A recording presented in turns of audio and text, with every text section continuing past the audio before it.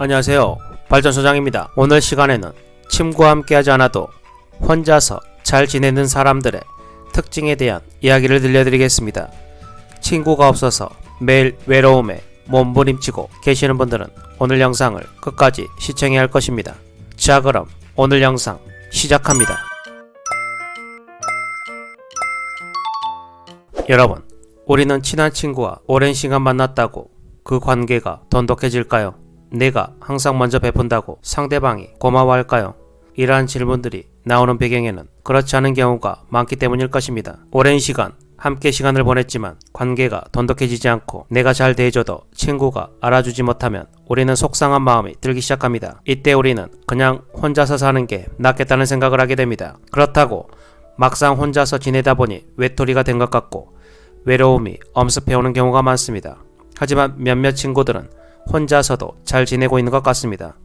이 친구들이 우리와 다른 점은 자기 자신과 상대에게 원하는 것이 명확하다는 것입니다. 자신이 인생에서 진정으로 원하는 것이 무엇인지 아는 사람은 혼자서도 잘 지낼 가능성이 더 큽니다. 혼자서 잘 지낸 친구들은 사람들과 선을 잘 지킵니다.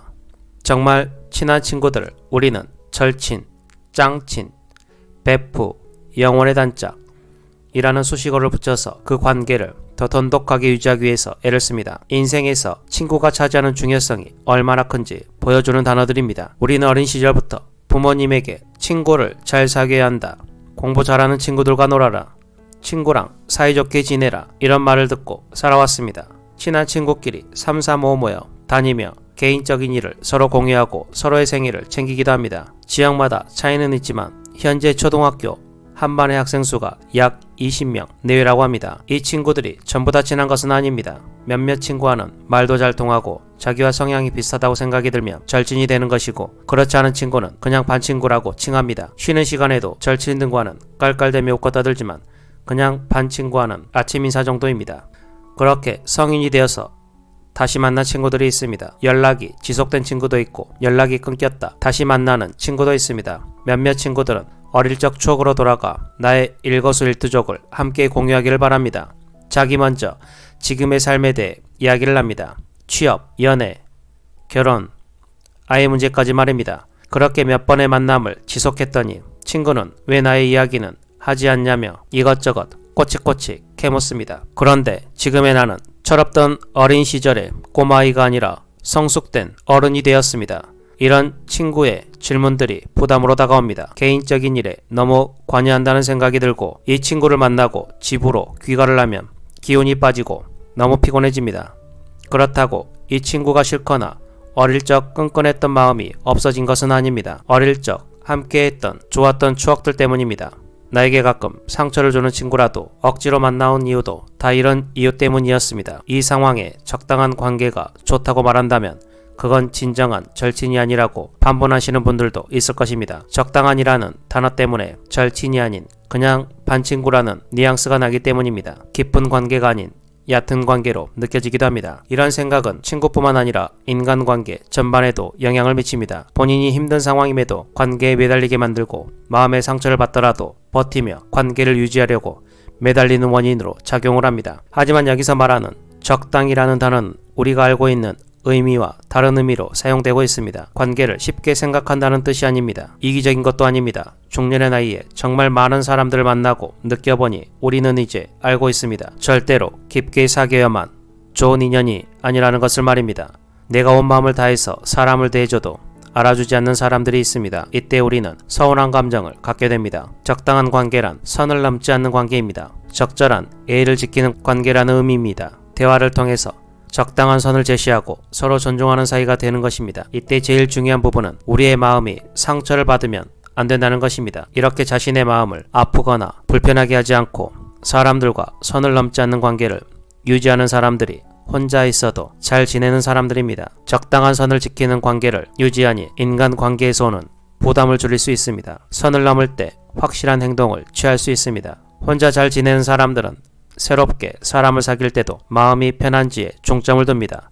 그 사람이 잘 살고 못 살고는 중요하지 않습니다. 나에게 잘해주고 원하는 것을 알아서 척척 해줘서 편한 것이 아니라 함께 있는 것만으로 편한 사람들을 만납니다. 우리가 친구나 친한 지인이라고 말하는 사람들은 우리가 함께 있을 때 즐겁고 편한 사람들일 것입니다. 서로의 가치관을 존중하고 서로가 예의를 지키는 사이, 집착하거나 부담 주지 않는 그런 사이 말입니다. 한마디로 적당한 관계를 말합니다. 반면 그렇지 않은 친구들은 좋은 느낌으로 만났어도 어느 순간에 우리를 고속하려 들고 마음을 상하게 하면 미련 없이 관계를 한 번에 끊어내는 게 좋습니다. 다시 한번 강조드리지만 혼자서 잘 지내는 사람들의 원칙 1순위는 자신의 마음이 다치지 않는 것입니다. 애이 없거나 이기적인 것이 아니라 관계에 최선을 다하지만 모두를 만족시키려고 애쓰지 않는 것입니다. 외롭다고 아무나 만나지 않는다는 것입니다. 이 모든 것을 표현하는 단어가 적절한 관계, 적당한 관계입니다. 두 번째, 자신만의 마음에 안위를 찾습니다. 혼자 잘 지내는 사람은 모두를 만족시키려고 애쓰지 않습니다. 적절한 관계라는 원칙으로 마음 편한 사람에게 집중하면서 지내면 됩니다. 그렇다면 우리는 이제 마음 편한 사람에게 어떻게 대하는 것이 좋을까요? 관계의 선택에 관한 문제에서 이제 관계의 지속에 관해서 생각해 보아야 합니다. 혼자 잘 지내는 사람은 이 관계의 지속에 있어서도 선을 지킵니다. 절대로 무리하지 않습니다. 즉 무조건 잘해주려고 하지 않습니다. 의무감으로 해주는 것과 진심으로 좋아해서 해주는 것은 다르기 때문입니다. 관계의 의무감 때문에 남에게 잘해주는 사람은 정말 피곤합니다. 다른 사람에게 자신의 감정을 들키지 않기 위해서 언행을 할 때 너무 많은 에너지를 소모하게 됩니다. 타인은 잘 돌보면서 정작 자신은 돌보지 않는 사람의 마음은 건강하지 못할 것입니다. 남에게 무조건 잘해준다고 해서 나의 사람을 모든 사람이 알아주는 것도 아닙니다. 이러한 기대감이 인간 관계에서 갈등으로 이어지는 경우가 많습니다. 때로는 내가 힘에 부치면서도 도움을 주기도 합니다.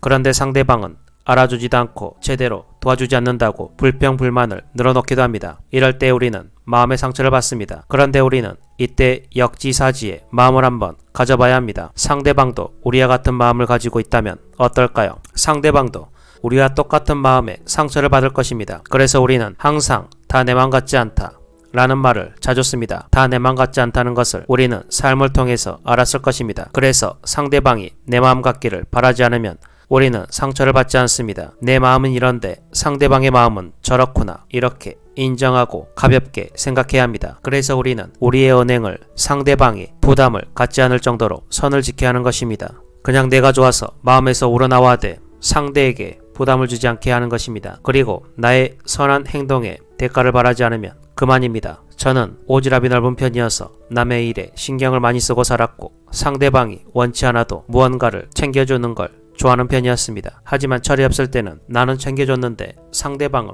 나를 챙기지 않았다고 서운해하고 속상해했습니다. 제가 상처를 받았던 이유는 제가 베푼 행동이 선행이 아니라 상대방에게 대가를 바라는 마음이 컸기 때문입니다. 지금은 혼자 있어도 편하게 된 이유는 누구를 만나도 잘 보이려고 잘해주려고 하지 않게 되면서 그때부터입니다. 관계를 유지하는 데 있어서 서로 부담을 주지 않고 그 관계가 지속돼도 서로 지치지 않고 피곤하지 않아야 합니다. 지금은 누구를 만나도 제 마음이 불편하지 않아야 하고 다른 사람으로 인해 감정 소모를 하지 않는 상태를 추구하고 있습니다. 물론 이런 사람들과 소통하고 지내다 보니 만나는 사람이 거의 없지만 내가 좋고 편한 사람에게는 한없이 베풀고 상대방이 몰라줘도 서운하지 않습니다. 그리고 지금 제가 만나는 사람들은 서로 잘하기 때문에 이러한 고민을 생각하지 않고 만남을 이어갑니다.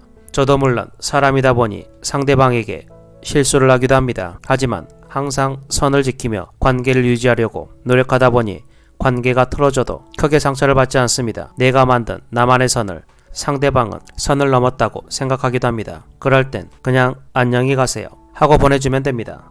이런 사람은 우리와 맞지 않는 사람이기 때문에 힘들게 그 관계를 끌어갈 필요가 없는 것입니다. 가장 중요한 것은 바로 우리 자신입니다. 내가 좋으면 모든 게 좋은 것이고 내가 좋지 않으면 모든 게 좋지 않은 것입니다. 오늘은 이렇게 혼자서도 잘 지내는 사람의 이야기를 들려드렸습니다.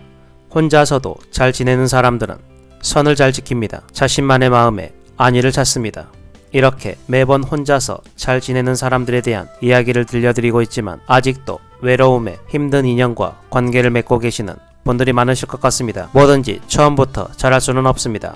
혼자서 잘 지내는 사람들이 가지고 있는 자신만의 아이템이 10가지라면 지금 여러분들은 한두 개밖에 없을 것입니다. 이렇게 혼자서 잘 지내는 영상을 듣고 행동할 수 있는 일들은 직접 행동으로 옮기고 마음을 써야 하는 일이면 마음 공부도 같이 하셔서 나만의 아이템을 잘 모아서 인생 후반전에는 혼자서도 잘 지내시기 바랍니다.